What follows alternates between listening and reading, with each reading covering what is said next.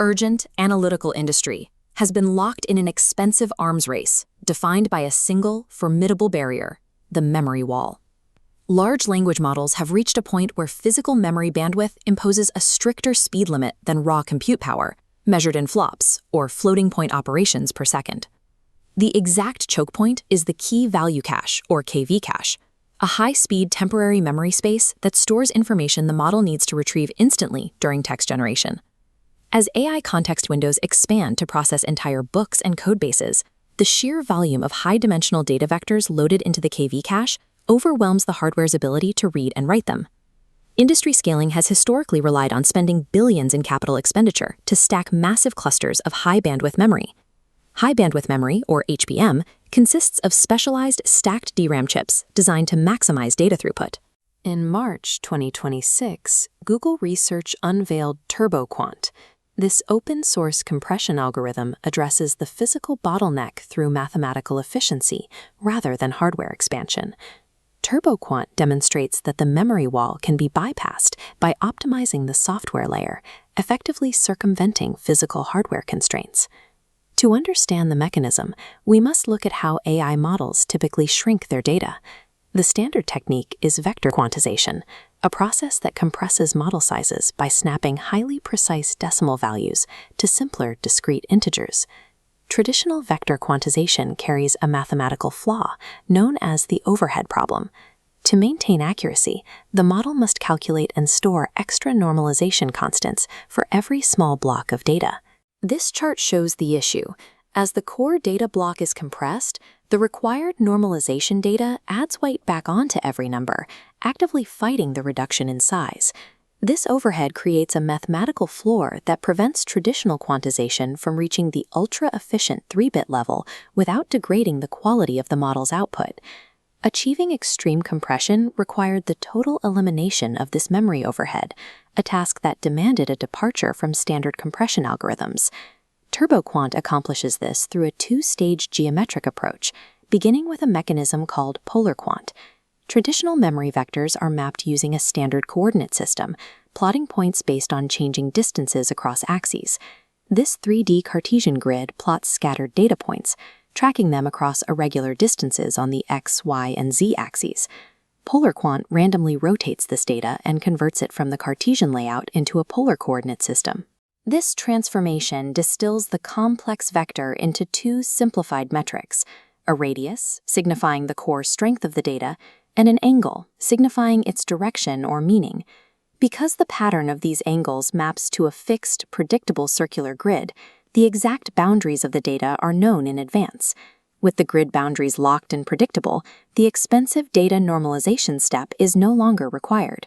By changing the geometric lens through which the model views its data, PolarQuant removes the memory overhead tax entirely. While PolarQuant achieves massive data reduction, the aggressive compression leaves behind a tiny residual amount of mathematical error.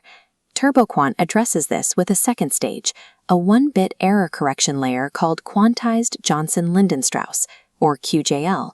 The QJL algorithm acts as a mathematical filter, preserving essential distances between data points while shrinking the complex relationships between them. This animation illustrates the process. The residual error data passes through the QJL filter and emerges as a streamlined sequence of binary signs. Each resulting vector number is reduced to a single sign bit, a +1 or -1. This bit acts as an unbiased estimator, balancing the newly simplified, low-precision data against a high-precision query.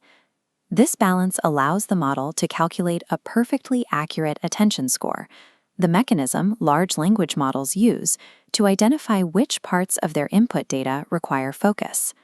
The combination of polar geometry and QJL error correction creates a system where extreme data reduction results in zero loss to model accuracy. To prove the theory holds up in reality, researchers tested TurboQuant across massive open-source models, including Llama 3 and Gemma. One of the most rigorous evaluations used was the needle in a haystack benchmark, a standard test of a model's ability to retrieve a single specific fact buried deep inside a massive block of text. This line graph, titled Long Context Retrieval Benchmark, compares the results.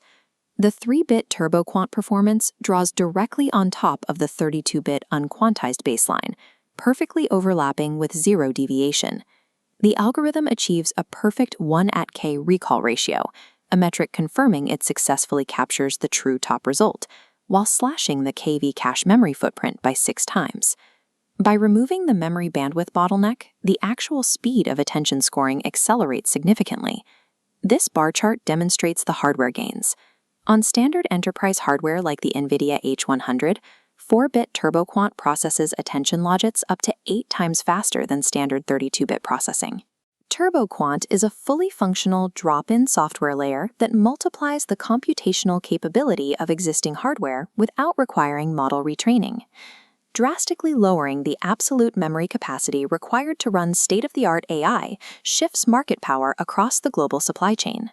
Immediately following the publication of TurboQuant, the stock prices of major physical memory vendors like Micron and Western Digital took a noticeable dip. The market recognized a new reality. If software can optimize memory usage by 6 times, the global demand for massive physical RAM expansion will cool. Conversely, for cloud service providers, or CSPs, like AWS and Azure, TurboQuant acts as a massive margin booster. By implementing this algorithmic layer, CSPs can host significantly more AI instances on their existing server racks, increasing output without purchasing new GPUs. Pricing power in the AI ecosystem is migrating away from hardware manufacturers and toward algorithm researchers and software developers. Because Google released TurboQuant as an open, hardware-agnostic framework, it is already being integrated into open-source communities like Apple's MLX platform. Complex models that previously required dedicated cloud servers now run smoothly, privately, and offline on local laptops and smartphones. However, in systems engineering, resolving one bottleneck naturally exposes the next limitation in the chain. This motherboard schematic highlights the shift in data center architecture.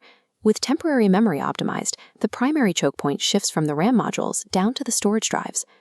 The new critical metric for AI infrastructure is storage I/O, the input and output speed at which massive datasets can be retrieved from solid-state drives to feed these newly hyper-efficient processors. The shift away from scaling AI through sheer capital expenditure on hardware indicates that further growth now depends on the mathematical elegance of algorithmic efficiency.